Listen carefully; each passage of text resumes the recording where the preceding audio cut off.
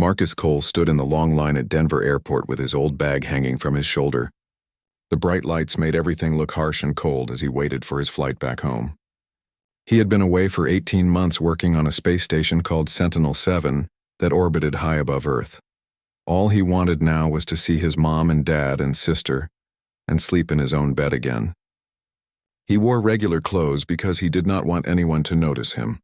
A simple gray hoodie and blue jeans made him look like any other tired traveler heading home.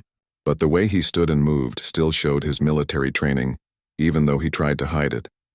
After so many years of service, he had learned to keep quiet about what he did when he was off duty. The last thing he needed was people asking questions or staring at him. He just wanted to blend in with everyone else and get home without any trouble. Officer Rick Henderson watched people walking through the terminal from where he stood near gate C-17. His partner Danny Walsh stood a few feet away, and both of them were supposed to be doing regular security patrols. Henderson had been a cop for 12 years, and he thought he knew how to spot trouble when he saw it. His eyes landed on Marcus as the young man moved through the crowd. Something about him made Henderson pause and stare. Maybe it was the military-style bag, or the way Marcus carried himself with that straight posture. Henderson had been nervous lately because the news kept talking about security threats and dangerous people. He nudged Walsh with his elbow and pointed his chin toward Marcus. Walsh looked over and saw a young black man in a hoodie carrying a duffel bag. He did not see anything wrong, but Henderson was the senior officer, so Walsh just nodded and followed his partner.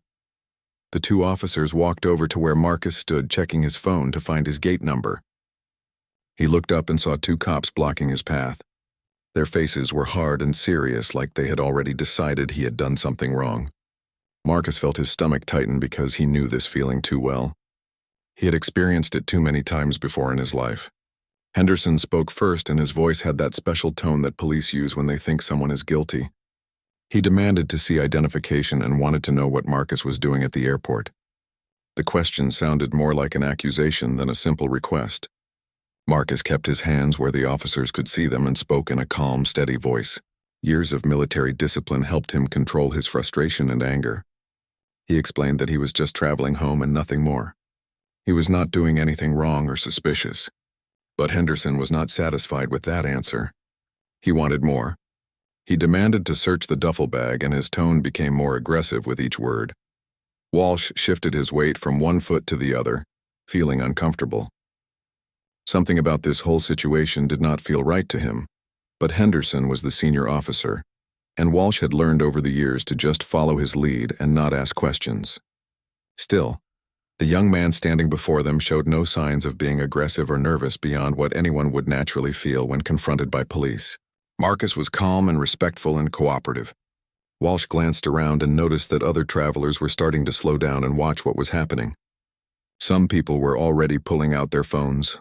Around them, a small crowd began to gather as people sensed that something dramatic might be about to happen. Phones appeared from pockets and purses as travelers began recording the confrontation. Marcus could feel dozens of eyes on him now. All those people watching and judging and making assumptions about who he was and what he had done. The weight of their stares added to the heavy burden he already carried on his shoulders. Henderson raised his voice and demanded that Marcus open his bag immediately. The officer's hand moved to rest on his belt near his equipment. It was a subtle movement, but everyone watching understood what it meant. It was a gesture of authority and a hint of potential threat. Marcus complied slowly and carefully. He unzipped the duffel bag and stepped back so the officers could see inside. There were just clothes and toiletries and a few personal items. Nothing suspicious at all. Nothing dangerous or illegal. Just the normal things a person would pack for a trip home. But Henderson was not finished with his interrogation. He started asking more questions about where Marcus was going and why he was traveling and where he had been. Each answer Marcus gave was met with more skepticism and doubt. Henderson acted like Marcus was lying even though he was telling the simple truth. A woman in a business suit stopped walking and pulled out her phone to record what was happening. Her face showed concern mixed with anger. She called out to the officers asking if this harassment was really necessary. Henderson shot her a warning look and told her to move along and mind her own business. But the woman did not move. She kept recording. More people stopped to watch now. The crowd grew larger. Murmurs of disapproval rippled through the gathering spectators like waves. People were starting to realize that something wrong was happening here. Marcus remained calm on the outside even though his heart was beating fast. His military training served him well in this moment. He had faced hostile alien species in the depths of space during his time on Sentinel-7. He had stared down weapons far more advanced and dangerous than anything humans had invented. Two local cops with authority issues and personal biases were not going to break his composure even though their treatment hurt him on a deeply personal level. It stung in a way that alien threats never could because this was his own people treating him like a criminal. Walsh finally spoke up, suggesting quietly that they had checked enough and should let the man go about his business. Henderson completely ignored his partner and instead demanded that Marcus empty all his pockets right now.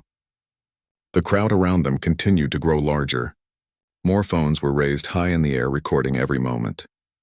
Murmurs of disapproval grew louder as people watched this obvious case of racial profiling unfold before their eyes. Marcus pulled out his wallet and keys and phone from his pockets. He placed them carefully on a nearby bench exactly as Henderson had instructed. Henderson picked up the wallet and flipped through it roughly with little regard for privacy or respect. He found Marcus's Colorado driver's license and held it up close to his face.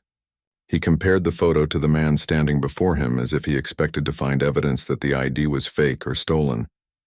Then Henderson found something else tucked behind the license and the wallet. It was a military ID card, but it was not the standard issue that most service members carried with them. This one was different and special. It was marked with security clearances and codes that Henderson did not fully understand, but he recognized them as important and significant. The officer's expression flickered with uncertainty for just a brief moment before his ego took over again. He held up the military ID and his tone became mocking as he asked if Marcus was trying to impersonate military personnel. The accusation was completely absurd and without any basis, but Henderson seemed committed to his narrative now. He was unwilling to back down in front of so many witnesses recording everything on their phones. Behind the growing crowd, an older woman with gray hair pushed her way through the people. Linda Hayes had worked airport security for 32 years and she knew trouble when she saw it. What was happening in front of her was a clear case of racial profiling, and she was not going to let it continue without doing something about it. She approached Henderson and Walsh with determination on her face. Her security badge was clearly visible on her chest. Her voice was firm and strong as she asked what exactly was happening here. Henderson bristled at the interruption and his face showed annoyance. He claimed he was just conducting a routine security check and everything was under control. Linda's expression made it very clear that she did not believe him for 1 second. She asked to see the military ID that Henderson was still holding in his hand. When she looked at it carefully, her eyes widened just a little bit. She had seen enough military credentials over her 3 decades of work to recognize when something was unusual or special. The clearance level printed on this ID suggested that this young man was no ordinary service member at all. Linda pulled out her radio from her belt and stepped away from the group. She spoke quietly into it so that Henderson could not hear what she was saying. Henderson watched her with growing annoyance and frustration. He did not like being questioned or challenged, especially by airport security personnel. Walsh, meanwhile, had gone very pale in the face. He had a cousin named Greg who served in the Air Force, and Greg had once mentioned something important during a family barbecue last summer. Greg had talked about special operations units that worked in space doing classified missions. He had described the kind of clearance codes that came with that work. The codes on the ID Henderson was holding matched exactly what Greg had described. These were the kind of clearances that came with work most regular people did not even know existed. Walsh felt his stomach drop as he realized they might have made a terrible mistake. Marcus stood perfectly still with his hands visible and his expression completely neutral. He knew exactly what was coming next. The call Linda had made would go up the chain of command. Someone somewhere would check his credentials in the system, and then things would get very uncomfortable for Officers Henderson and Walsh. He had not wanted any of this attention or drama. He had just wanted to go home quietly and see his family. But if Henderson had insisted on making a scene and causing problems, then Marcus was not going to stop what happened next. Within just a few minutes, Linda returned to where they were standing. Her face was serious and grave. She spoke quietly to Henderson, informing him that Airport Command wanted both officers to stand down immediately and stop what they were doing. Henderson started to protest and argue, but Linda cut him off before he could finish his sentence. She explained that the call had gone all the way up to federal security and they were sending someone down to the terminal right now to handle this situation. The crowd of onlookers sensed that something had shifted in the dynamic of what they were watching. The phones kept recording, but the energy had changed completely. It went from outrage at police harassment to curiosity about what would happen next. People whispered to each other, trying to figure out who this young man really was. Marcus finally allowed himself a small, tired smile. It was not a happy smile, but rather one of resignation.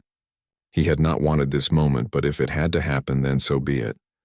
A man wearing a dark suit appeared at the edge of the crowd, moving with clear purpose and authority.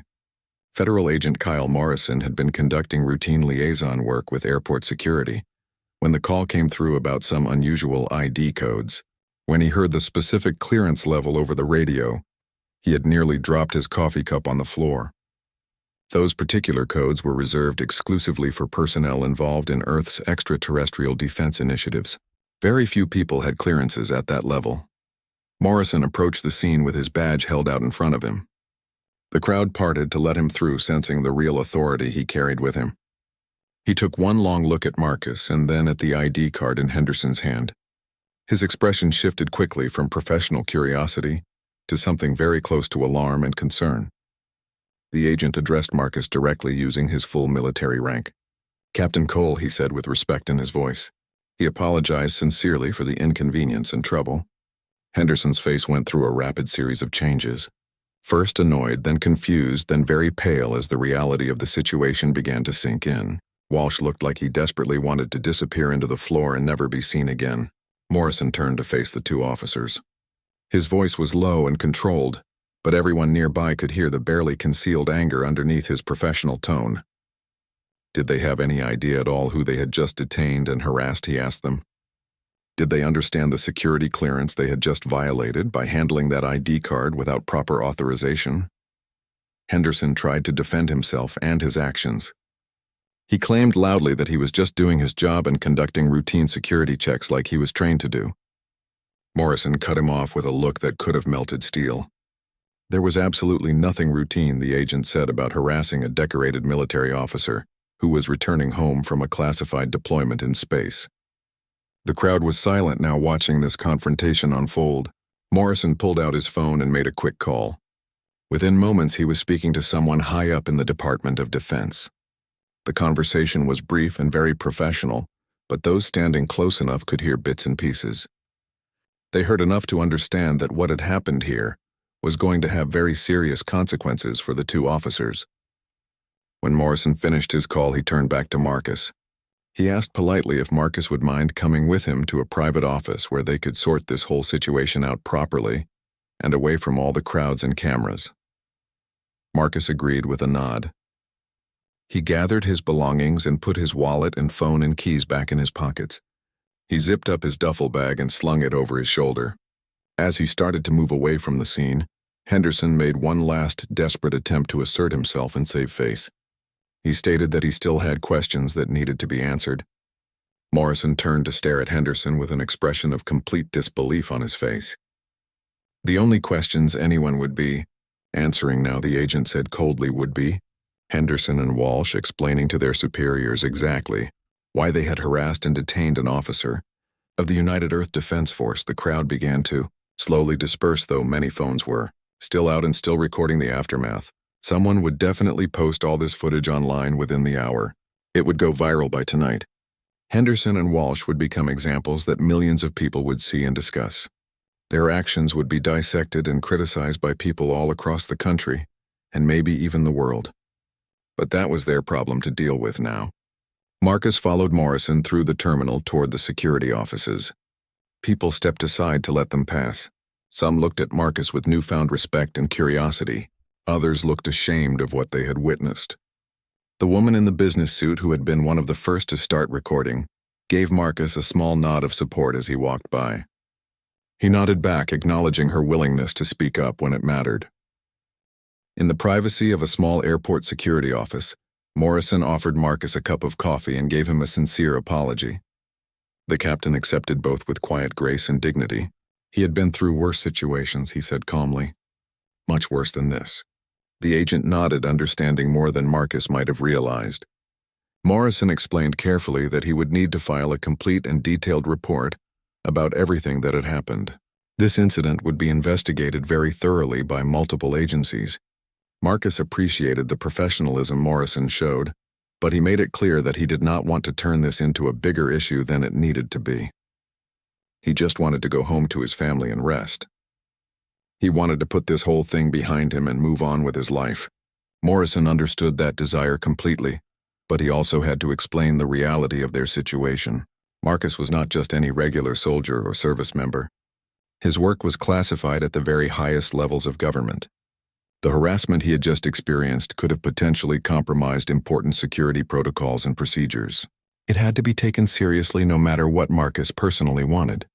Outside the office, in a different room, Henderson and Walsh sat facing their shift supervisor and a representative from Internal Affairs.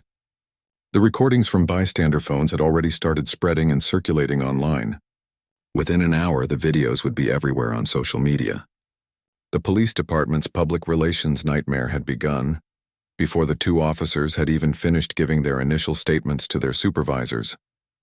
Walsh was trying desperately to explain that he had voiced concerns during the incident. He insisted that he had told Henderson to back off and let the man go. But his protest sounded weak and hollow even to his own ears. The truth was that he had stood there. He had participated in what happened. His discomfort and private doubts had not translated into real action when it actually mattered. He had not stepped in to stop his partner. He had not protected an innocent man from harassment. Walsh knew deep down that he was just as guilty as Henderson, even if he had not been the one leading the confrontation. Henderson remained stubbornly defiant through the entire interview. He insisted repeatedly that he had followed all proper procedures and protocols. He claimed he had reasonable suspicion to stop and question Marcus. But when his supervisor and the Internal Affairs representative pressed him on what exactly had given him that reasonable suspicion, his answers became increasingly vague and unconvincing. He talked about the duffel bag and the way Marcus had been moving through the terminal.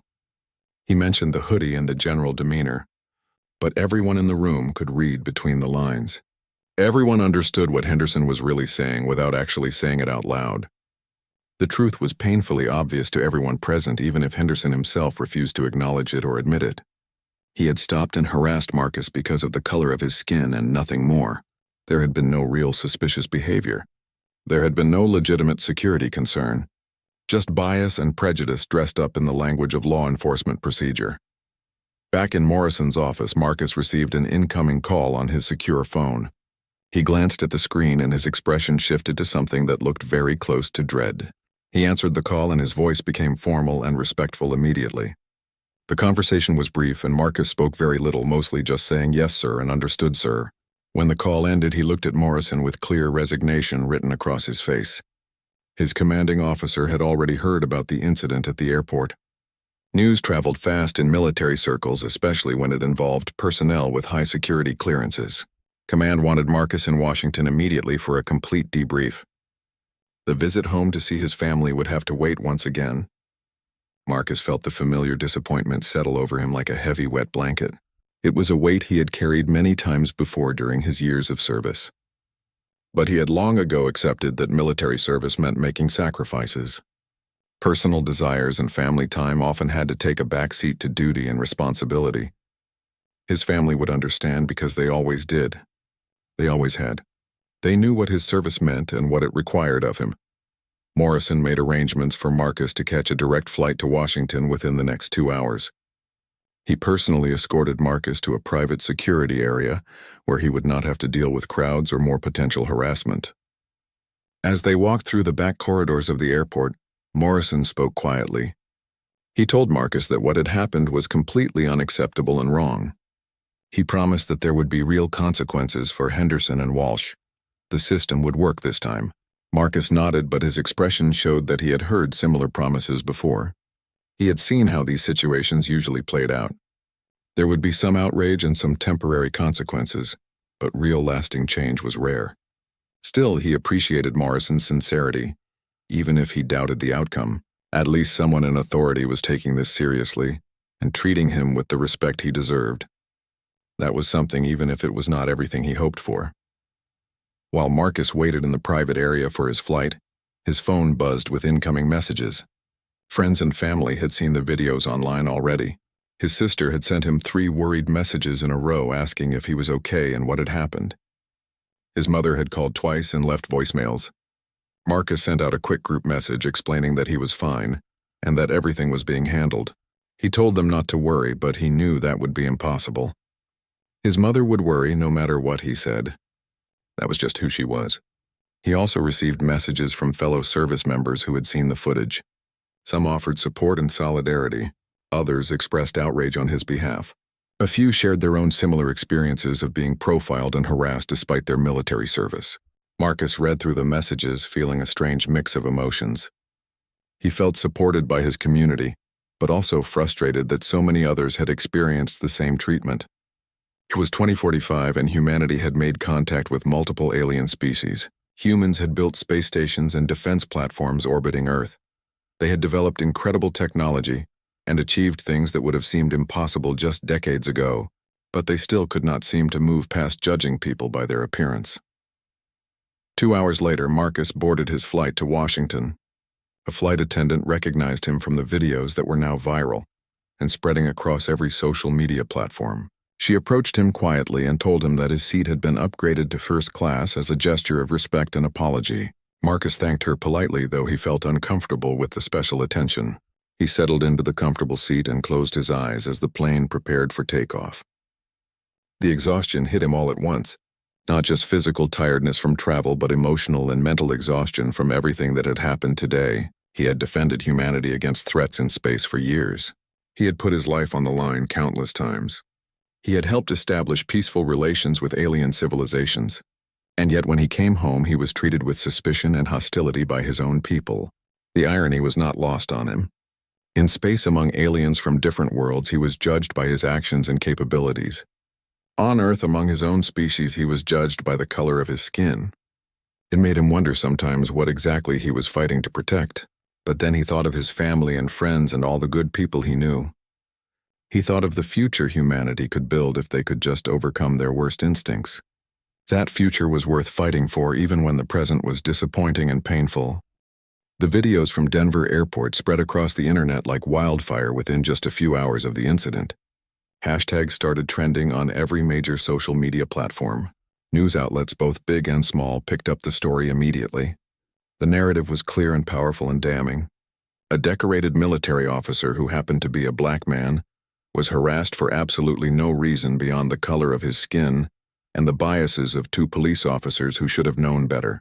What made the story particularly explosive and attention-grabbing was the gradual revelation of exactly who Marcus really was. Anonymous sources from within the military were outraged by what had happened to one of their own. They carefully leaked selected details that were not classified, but that painted a picture of Marcus's service and importance. Captain Marcus Cole was not just any regular soldier doing a desk job somewhere. He was part of the United Earth Defense Force, which was one of humanity's first lines of defense against potential extraterrestrial threats that existed in the vast darkness of space. For the past 3 years, Marcus had served aboard orbital defense platforms high above Earth. He spent his days and nights monitoring the space around the planet for any signs of potential threats or unknown vessels. He had participated directly in first contact protocols with 3 completely different alien species that humanity had encountered. He had helped to negotiate important trade agreements that brought advanced technology and knowledge to Earth. He had literally put his life on the line for the entire planet every single day. And this was the welcome he received when he tried to come home and see his family. This was how his own people treated him after everything he had done and sacrificed. The public reaction was immediate and intense. Social media exploded with comments and shares and angry posts. People expressed outrage and disgust. They demanded answers and accountability.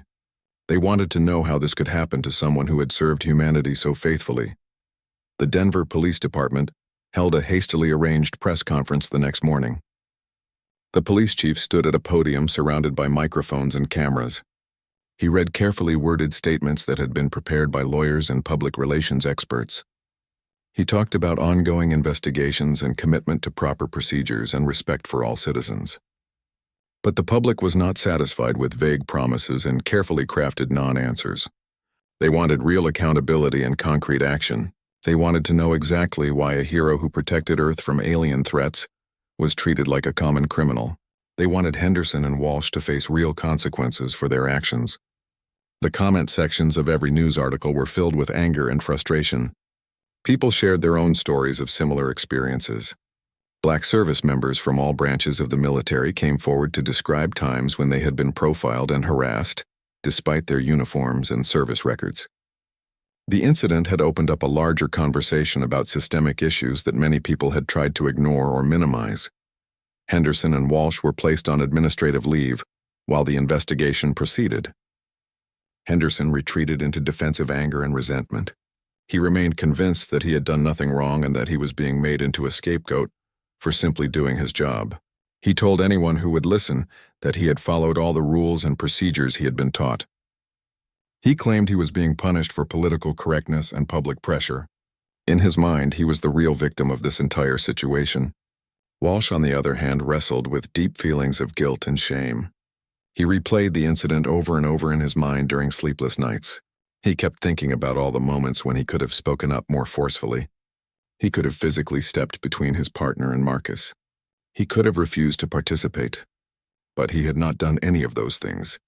He had stood there and let it happen because Henderson was the senior officer, and because speaking up seemed harder than going along. Now he had to live with that choice and the knowledge of what his silence and inaction had enabled. In Washington, Marcus sat through many long hours of debriefs and meetings with various officials. Military intelligence officers wanted to know every single detail of his encounter with Henderson and Walsh. They were not primarily concerned with his well-being or feelings, though they expressed sympathy. What they really cared about was potential security implications and breaches. Had Marcus revealed anything about his classified work during the confrontation? Had Henderson or Walsh seen anything in his bag that could compromise ongoing operations or reveal sensitive information about the space defense program? Had any bystanders with their recording phones captured images or information that should not be public? Marcus answered all their questions with patience, even though he felt deeply exhausted by the whole process. The questions went on for hours each day. Different people asked the same things in different ways, trying to find any detail that might have been missed. It was a thorough and professional investigation, but it felt cold and impersonal to Marcus. He was being treated like a security incident rather than a person who had been wronged.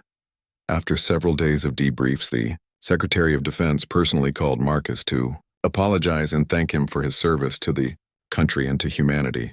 The gesture was appreciated, and Marcus was polite and respectful during the call.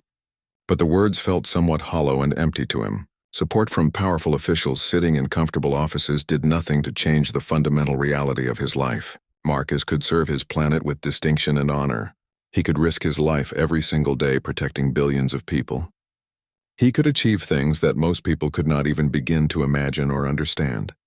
He could have the respect of alien species from other worlds, but he would still be seen as suspicious and dangerous and threatening by some of his own people simply because of how he looked. That was a truth that no amount of official apologies or recognition could change. It was a weight he would carry for the rest of his life, no matter what he accomplished or how many people he saved. Late one evening, Marcus sat alone in his temporary quarters in Washington. He looked out the window at the city lights below. Somewhere down there, people were going about their normal lives. They were having dinner with their families or watching television or going to movies. They were living in safety and security without ever thinking about the threats that existed beyond their atmosphere. They did not know about the hours of vigilance required to keep them safe. They did not know about the tense negotiations with alien species that could easily destroy Earth if they chose to do so. They did not know about the sacrifices made by people like Marcus who stood watch while they slept. And that was okay, because that was the job. That was what Marcus had signed up for. But it would have been nice, he thought, if those same people could extend just a little bit of basic respect and dignity to the ones who protected them. It would have been nice to come home without being treated like a threat. He pulled out his phone and sent a message to his mother telling her that he loved her and that he would be home soon. She responded immediately with heart emojis and words of love and pride. That made him smile for the first time in days. Whatever else happened, his family believed in him and loved him. That had to be enough. News of the incident at Denver Airport reached far beyond Earth within a matter of days. The Centauri, who were one of the alien species that Marcus had worked with during his time on Sentinel-7, sent an official inquiry through proper diplomatic channels. They wanted to understand why one of Earth's most capable defenders was treated with such obvious disrespect and hostility by his own people. The question was pointed and uncomfortable for Earth's diplomatic representatives to answer. Ambassador Krell, who led the Centauri delegation, had worked directly with Marcus during difficult negotiations the previous year. The Centauri were a highly logical species who valued merit and capability above all other considerations. Their entire society was built on the principle that individuals should be judged by their actions and achievements, rather than arbitrary physical characteristics. The concept of discrimination based on something as meaningless as skin color was genuinely baffling and confusing to them. They could not understand how a species advanced enough to develop space travel and orbital defense platforms could still harbor such primitive and illogical prejudices. Krell's inquiry forced Earth's diplomatic corps to confront an embarrassing and uncomfortable truth that they had been trying to avoid. Humanity desperately wanted to present itself to the galaxy as unified and mature and ready to take its place among the stars. They wanted alien species to see Earth as a civilization that had moved beyond petty internal divisions and conflicts. They wanted to be taken seriously as partners in galactic affairs and trade. But incidents like what happened to Marcus revealed the deep cracks in that carefully constructed facade. It showed that despite all the technological progress and despite all the official statements about equality and justice, there were still fundamental problems that humanity had failed to address or solve. The diplomatic team scrambled to come up with a response that would satisfy Krell without admitting too much or making Earth look worse than it already did. It was a delicate balance that required careful wording and strategic omissions. Marcus received a private message through secure channels from Commander Soren, who was his direct Centauri counterpart aboard Sentinel-7. The message was brief, but it carried significant emotional weight despite being written in the typically formal Centauri style. Soren expressed genuine confusion and concern about what had happened during Marcus's return to Earth. The commander assured Marcus that among the stars and aboard the station, his worth and value were measured exclusively by his actions and his character rather than any superficial, physical traits that had no bearing on his abilities. It was the kind of validation and support that meant far more to Marcus than any official apology from human authorities. Soren and the other alien personnel he worked with judged him fairly and treated him with the respect he had earned through his service and competence. That pure meritocracy was something Marcus rarely experienced on Earth, and he treasured it deeply. The incident sparked intense conversations and debates across Earth in living rooms and offices and classrooms and online forums. Some people saw it as an isolated case that was unfortunate, but not representative of any larger pattern or problem. They argued that Henderson and Walsh were just two bad officers, and that the system was working properly by investigating and punishing them. Others recognized the incident as symptomatic of much deeper issues and systemic problems that humanity had consistently failed to fully address, despite centuries of supposed progress and enlightenment. They pointed to countless similar stories and statistics that showed this was not an isolated incident, but rather part of a larger pattern of discrimination and bias. The debate raged across news networks and social media platforms. People argued passionately on both sides. Some discussions were thoughtful and productive, while others devolved into anger and personal attacks. But at least people were talking about it. At least the issue was being acknowledged, rather than ignored or swept under the rug as had happened so many times before for Marcus. Personally, the overwhelming attention and publicity was incredibly difficult to handle. He had never sought any kind of spotlight or fame. His work was classified for very good operational security reasons, and now he found himself at the center of a massive media storm that he had not wanted or asked for. Reporters from major news organizations wanted exclusive interviews. Political activists wanted him to speak at rallies and events. Everyone seemed to want a piece of him and wanted to use his story for their own particular purposes and agendas. Random people recognized him on the street now when he walked around Washington. Some wanted to shake his hand and thank him for his service. Others wanted to apologize on behalf of humanity. A few were hostile and accused him of playing the victim or making too big a deal out of nothing. Marcus found all of it exhausting and overwhelming, and he longed for the quiet anonymity he had enjoyed before. After careful consideration, Marcus declined most of the interview requests and speaking invitations. He agreed to do only one single interview with a military journalist named Patricia Cruz, who he knew and trusted from previous interactions. Patricia had a reputation for fairness and for understanding the complexities of military service. In that carefully conducted interview, Marcus spoke honestly but cautiously. He expressed his frustration and disappointment at what had happened at the airport. He talked about how it felt to risk his life defending Earth, only to be treated as suspicious and threatening when he came home. But he also expressed genuine hope that something positive and constructive could eventually come from this painful experience. He wanted people to understand that service members from all backgrounds and all races served with distinction and dedication. They all deserved to be treated with basic respect and dignity regardless of what they looked like or where they came from. More importantly, Marcus emphasized repeatedly during the interview that this situation was much bigger than just him personally. It was about the countless other people who faced similar treatment and discrimination every single day. Those were individuals who did not have the protection of military rank or public attention to shield them from injustice. Those were the people who needed real substantial change rather than just temporary outrage over high-profile cases that made headlines. Marcus made it clear that he did not want to be seen as special or different. Yes, he served in space, and yes, his job was important, but that did not make him more deserving of fair treatment than anyone else. Every person, regardless of their occupation or status, deserved to be judged by their character and actions rather than by prejudiced assumptions based on appearance. That was the message Marcus most wanted people to hear and understand. He hoped that his platform and visibility could help shine a light on issues that affected millions of people who would never have their stories told or their voices heard. The official investigation into Henderson and Walsh concluded exactly 3 months after the incident at Denver Airport. The findings were clear and unambiguous. Henderson was immediately fired from the Denver Police Department.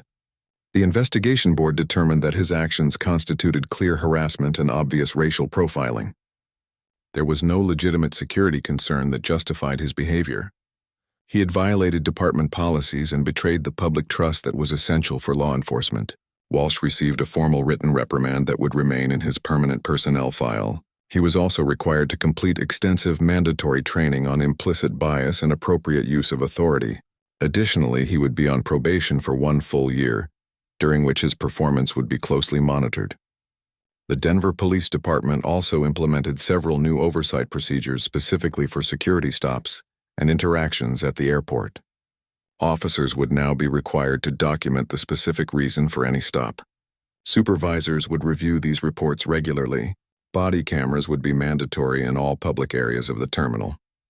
These measures were presented as important steps forward in preventing similar incidents. Many community activists and civil rights organizations felt that these measures did not go nearly far enough. They argued that policy changes on paper meant nothing without fundamental shifts in police culture and accountability. Real lasting change would require much more than just new paperwork requirements and training sessions. It would require changes in how officers were recruited and selected in the first place. It would require different approaches to training that addressed deep-seated biases, rather than just teaching people to hide them better. It would require meaningful consequences for officers who violated policies rather than the slap on the wrist that Walsh received. The incident had certainly sparked necessary conversations about these issues, but conversations alone would never be enough to create real transformation. There needed to be sustained pressure and continued attention, even after the media moved on to the next story. History had shown that without constant vigilance, the momentum for change would fade and things would slowly drift back to how they had always been. Marcus finally made it home to see his family 6 full months later than he had originally planned. His deployment schedule had been adjusted and extended because of various complications related to the incident and the media attention it had generated. When he finally walked through the front door of his childhood home, his family welcomed him with tears of joy and relief and laughter. His mother held him close for a long time, not wanting to let go. Her pride in his service and accomplishments was mixed with deep anger at how he had been treated. She had always worried about Marcus when he was in space facing unknown dangers, but she had never imagined that he would face such disrespect and hostility from his own people here on Earth. His father shook his hand firmly and pulled him into a tight hug. His younger brother peppered him with excited questions about space and aliens and what life was like on the orbital station. His sister just smiled and told him she was glad he was home safe. Over dinner that first night home, Marcus told carefully edited stories about his work and experiences. He spoke about the incredible beauty of watching Earth from orbit and seeing the sun rise over the curve of the planet. He described the vastness of space and the way stars looked without any atmospheric interference. He talked about working alongside alien species and learning about their cultures and perspectives. He made it all sound like an exciting adventure full of wonder and discovery. What he did not tell them about were the constant stress and the ever-present dangers that lurked in the darkness. He did not mention the tense situations when potential threats had to be evaluated and decisions had to be made in seconds. He did not talk about the weight of responsibility that came with defending an entire planet. They did not need to carry that burden along with him. Let them imagine space as something amazing and exciting rather than the complicated and often frightening reality that he actually lived every single day. During his leave, Marcus tried his best to enjoy normal civilian life and reconnect with the world he had been away from for so long. He went to his favorite restaurant and ate food that did not come from a space station cafeteria. He slept in his old bed and enjoyed the feeling of real gravity after months of living in the slightly reduced gravity of the orbital platform. He spent time with old friends and listened to their stories about jobs and relationships and everyday problems that seemed almost quaint compared to what he dealt with. But he found it difficult to fully relax and settle into the rhythm of normal life. Part of his mind was always up there on Sentinel-7 wondering what was happening and whether his replacement was handling things properly. He checked his secure communications multiple times each day looking for updates or urgent messages. Old habits from years of constant vigilance were hard to break, even when he was supposed to be resting. 1 week into his leave, Marcus received an unexpected invitation in his email. The commandant of the Defense Force Academy wanted him to speak at the upcoming graduation ceremony for new officers. They wanted Marcus to address the graduating class and share his experiences and perspective. Marcus hesitated for a long time before responding. He was still very uncomfortable with public attention and speaking. The media storm around the airport incident had made him wary of putting himself in the spotlight again, but after discussing it with his family, he ultimately decided to accept the invitation. This was different from media interviews or political rallies. This was a chance to speak directly to the next generation of officers who would be taking up the duty of defending Earth. If he could influence even a few of them to think differently and act better, then perhaps it would be worth stepping outside his comfort zone. Standing at the podium, before hundreds of young officers in their crisp new uniforms, Marcus felt his nervousness fade away. These were his people. This was his community. He looked out at the sea of faces representing every background and nationality and ethnicity that Earth had to offer. This diversity was supposed to be humanity's strength. He began speaking in a clear, steady voice. He talked about the honor and privilege of serving and defending humanity. He spoke about the incredible responsibility they were all taking on. He described the challenges they would face, both expected and unexpected. But then he shifted to talk about something more personal and difficult. He spoke about the responsibility they carried to be better than previous generations, to see past surface differences and superficial characteristics, to judge their fellow humans and their comrades by character and actions rather than by appearance or assumptions or prejudices that had been passed down through generations. Marcus told the graduating class something that he had learned through painful experience. Humanity's greatest weakness in the galaxy was not its technology, which was rapidly advancing. It was not its military capabilities, which were growing stronger every year. The greatest weakness was the divisions that humans created among themselves, the fear and prejudice and bias that made them turn on each other instead of standing united. If Earth truly wanted to earn its place among the stars and be respected by other civilizations, then humanity needed to address these fundamental failings. They needed to prove that they could overcome the worst aspects of their nature and become something better. Each person in this room, Marcus said, had the power and responsibility to contribute to that transformation. The graduating officers gave him a standing ovation that lasted several minutes. Whether his words would actually make a lasting difference, Marcus could not know. But he had done what he could. He had tried to plant seeds that might eventually grow into something better. That was all anyone could really do. 6 months after his leave ended, Marcus returned to Sentinel-7 aboard a supply shuttle. He was ready to resume his duties and get back to the work that gave his life purpose and meaning. The incident at Denver Airport had changed something fundamental inside him. It had hardened certain parts of his personality, while simultaneously reinforcing his commitment to the mission and to serving humanity. Earth was deeply flawed, and its people were capable of both incredible achievements and terrible, disappointing failures. The same species that could build orbital defense platforms and negotiate with alien civilizations could also treat its own heroes with suspicion and contempt, based on nothing more than skin color. But despite all these contradictions and failures, Earth was still his home. Its people, with all their faults, were still worth protecting and defending. And maybe, just maybe, by continuing to serve and by being visible proof that humanity could rise above its worst instincts, Marcus could help push positive change forward, even if progress was slow and frustrating. As his shuttle climbed higher, through Earth's atmosphere, and broke free into the black void of space, Marcus looked back through the small window. The blue marble of his home planet slowly shrank behind him, growing smaller with each passing moment. Somewhere down there on that beautiful, fragile world, people of all backgrounds were going about their daily lives. They were working and studying and raising families and pursuing dreams. Some of them faced challenges and obstacles that Marcus would never fully understand or experience. Others enjoyed privileges and advantages they never had to question or think about. The vast majority of them had no idea about the constant vigilance required to keep them safe from threats that existed beyond their atmosphere. They did not know about the hours of monitoring and the tense negotiations and the split-second decisions that sometimes meant the difference between peace and catastrophe. They lived their lives in blissful ignorance of the dangers that lurked in the darkness of space. And that was exactly how it should be. That was the whole point of what Marcus and his fellow defenders did every single day. The work of defending Earth was not only about watching for physical threats from hostile alien species or rogue asteroids. It was also about helping humanity become worthy of its place among the stars.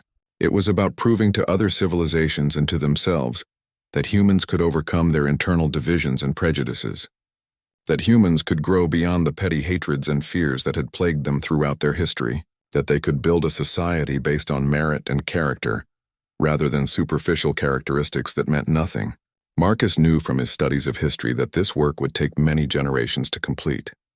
Real change was always slow and difficult. There would be setbacks and disappointments along the way, but every small step forward mattered. Every person who chose to see past their biases made a difference. Every act of courage in standing up against injustice contributed to the larger transformation that humanity desperately needed. The shuttle docked smoothly with Sentinel-7 after a journey that took several hours. Commander Soren was waiting at the docking bay to greet Marcus personally. The Zentari's face showed what passed for a smile in their species. It was a subtle shift in the patterns of bioluminescence that rippled across Soren's skin. The commander spoke in careful English that still carried traces of an alien accent. "Welcome back, Captain Cole," he said warmly. "We have greatly missed your perspective and your contributions to our joint mission." Marcus smiled back genuinely for the first time in what felt like weeks. "It was good to be back," he replied with real feeling in his voice.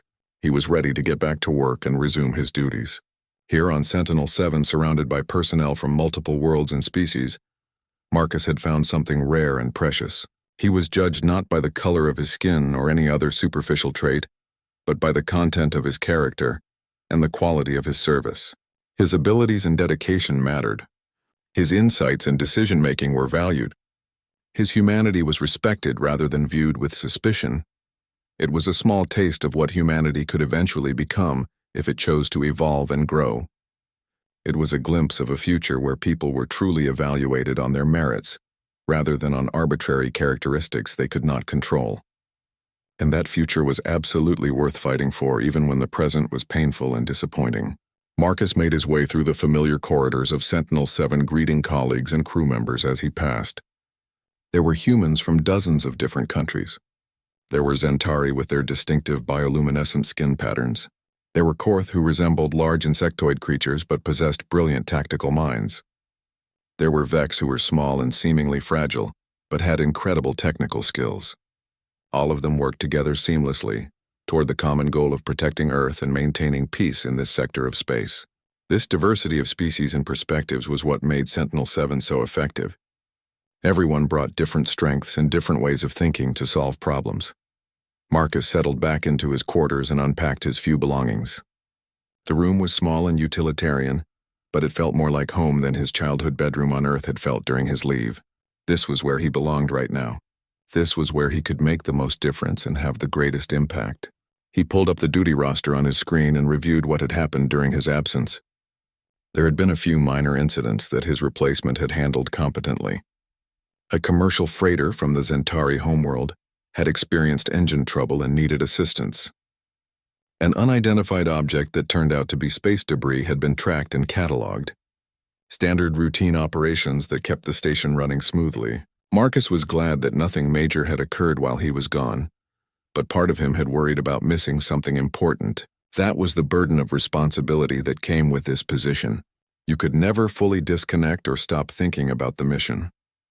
Later that evening, Marcus attended a briefing with the senior staff to get caught up on current situations and ongoing operations. Commander Soren led the meeting with characteristic efficiency and clarity. They discussed the status of various trade negotiations with different species. They reviewed intelligence reports about potential threats in nearby systems. They analyzed patrol schedules and maintenance requirements for the station's defense systems. It was technical and detailed work that required constant attention and careful judgment. During the meeting, Marcus noticed that his colleagues treated him exactly the same as they always had. There was no special attention or awkward sympathy about what had happened on Earth. They respected him for his work and his capabilities. That professional respect meant everything to Marcus. It reminded him that his worth was not defined by how some ignorant police officers had treated him in an airport. His true value was measured by what he contributed and how he performed his duties. After the briefing ended, Commander Soren asked Marcus to stay behind for a private conversation. The Zentari's expression became more serious as the others filed out of the room. Soren spoke carefully, choosing words with obvious thought. "I wanted to tell you personally, the commander said that what happened to you on Earth was wrong and illogical. Among my people, such behavior based on physical appearance would be considered a sign of mental deficiency. We judge individuals by their actions and their character, because those are the only factors that truly matter. I have worked alongside you for 2 years now, and I can state with complete certainty that you are among the finest officers I have ever known from any species. Your planet is fortunate to have defenders like you, even if some of its citizens lack the wisdom to recognize that fact." Marcus felt unexpected emotion rise in his throat. "Thank you, Commander," he managed to say. "That means more to me than you might realize." Soren nodded, understanding, passing between them without need for further words. Marcus fell back into the familiar rhythms and routines of life aboard Sentinel-7 with surprising ease. His body and mind quickly readjusted to the slightly reduced gravity and the artificial day-night cycles of the orbital platform. He resumed his regular duties, monitoring space traffic and analyzing potential threats and participating in diplomatic communications with various alien species. The work was demanding and often stressful, but it was also deeply meaningful and important. Every shift, Marcus stood watch, knowing that billions of people on Earth depended on him and his colleagues to keep them safe. That sense of purpose helped him push through the difficult moments and the long hours. It gave meaning to the sacrifices he had made, including the painful incident at the airport that had tested his faith in humanity. He had chosen this path knowing it would be hard. He had accepted the responsibility that came with defending an entire planet, and despite everything that had happened, he did not regret that choice. One afternoon during his off-duty hours, Marcus received a message through the station's internal communication system. It was from Lieutenant Carlos Reyes, who was a young officer Marcus had mentored during his previous tour on Sentinel-7. Carlos wanted to talk privately if Marcus had time. They met in one of the small recreation areas where off-duty personnel could relax away from the operational sections of the station. Carlos seemed nervous and hesitant at first, struggling to find the right words. Finally, he admitted that he had seen all the videos from the airport incident. He had watched Marcus being harassed and humiliated by those officers. As a fellow person of color, Carlos understood on a deep personal level what that experience meant. He wanted Marcus to know that seeing how Marcus had handled the situation with dignity and composure had inspired him. It had reminded Carlos why their work here mattered so much. They were not just defending Earth from external threats. They were also showing through their actions and achievements what humanity could become when it moved past its prejudices and limitations. Marcus listened carefully to Carlos and felt a mix of emotions. He had not wanted to be anyone's inspiration or symbol. He had just wanted to go home without incident. But he understood what Carlos was expressing. Representation mattered. Seeing people who looked like you succeeding in important roles mattered. It opened up possibilities and changed what seemed achievable. Marcus told Carlos that the best way to honor what had happened was to continue doing excellent work and proving through their actions that they belonged here. Let their competence and dedication speak louder than any bigot's prejudice. Carlos nodded with new determination in his eyes. "Thank you, Captain," he said with genuine gratitude. "I needed to hear that." After Carlos left, Marcus sat alone for a while thinking about their conversation. Perhaps some good could come from the airport incident after all. If it motivated even one young officer to push harder and aim higher, then maybe the pain had served a purpose. As weeks turned into months, Marcus continued his work with renewed focus and dedication. He participated in a successful negotiation with a new alien species called the Drex, who had recently entered this sector of space. The talks were delicate and required careful cultural sensitivity, but eventually resulted in a mutually beneficial trade agreement. Marcus also helped develop new protocols for identifying and responding to potential threats more quickly and efficiently. His insights from years of experience proved valuable in improving the station's defensive capabilities. Commander Soren frequently praised Marcus's contributions in official reports. The respect and recognition he received from his alien colleagues stood in stark contrast to how he had been treated by his own people on Earth. That irony was not lost on Marcus, but he tried not to dwell on it. He focused instead on the positive aspects of his situation and the meaningful work he was doing. During a routine monitoring shift, Marcus detected an unusual energy signature at the edge of their sensor range. It was faint and irregular, unlike anything in their database of known vessels or natural phenomena. He immediately alerted Commander Soren and the senior staff. For several tense hours, they tracked the signature, trying to determine if it posed a threat to Earth or to Sentinel-7. Marcus worked closely with the Korth sensor specialists, using their advanced analytical techniques combined with human intuition to interpret the data. Eventually, they determined that the signature was from a damaged exploration vessel belonging to a species they had encountered before. The ship was drifting without power and its crew needed assistance. Marcus coordinated the rescue operation, working with personnel from 4 different species to safely recover the stranded explorers. The rescued crew expressed profound gratitude to Sentinel-7 and to Earth for the aid they received. It was exactly the kind of positive interaction that built goodwill and strengthened relationships in the galactic community. As Marcus prepared his report on the rescue operation, he reflected on how far humanity had come in such a relatively short time. Just a few decades ago, humans had not known that intelligent alien life even existed. Now they worked alongside multiple species as equals and partners. They had built impressive technology and established themselves as valuable members of the galactic community. But that external progress would mean little if humanity could not also make progress internally, if they could not overcome the prejudices and divisions that weakened them from within. Marcus believed deeply that both kinds of progress were necessary and connected. A species that discriminated against its own members based on arbitrary characteristics could never reach its full potential. The energy and talent wasted through bias and injustice represented opportunities lost. Every person who was held back or discouraged because of how they looked was a potential scientist or leader or innovator that humanity desperately needed. Late one night, Marcus floated in the observation deck, staring out at the stars that filled the endless black void. Earth hung in the distance, a beautiful blue and white marble suspended in darkness. From up here, the planet looked so peaceful and unified.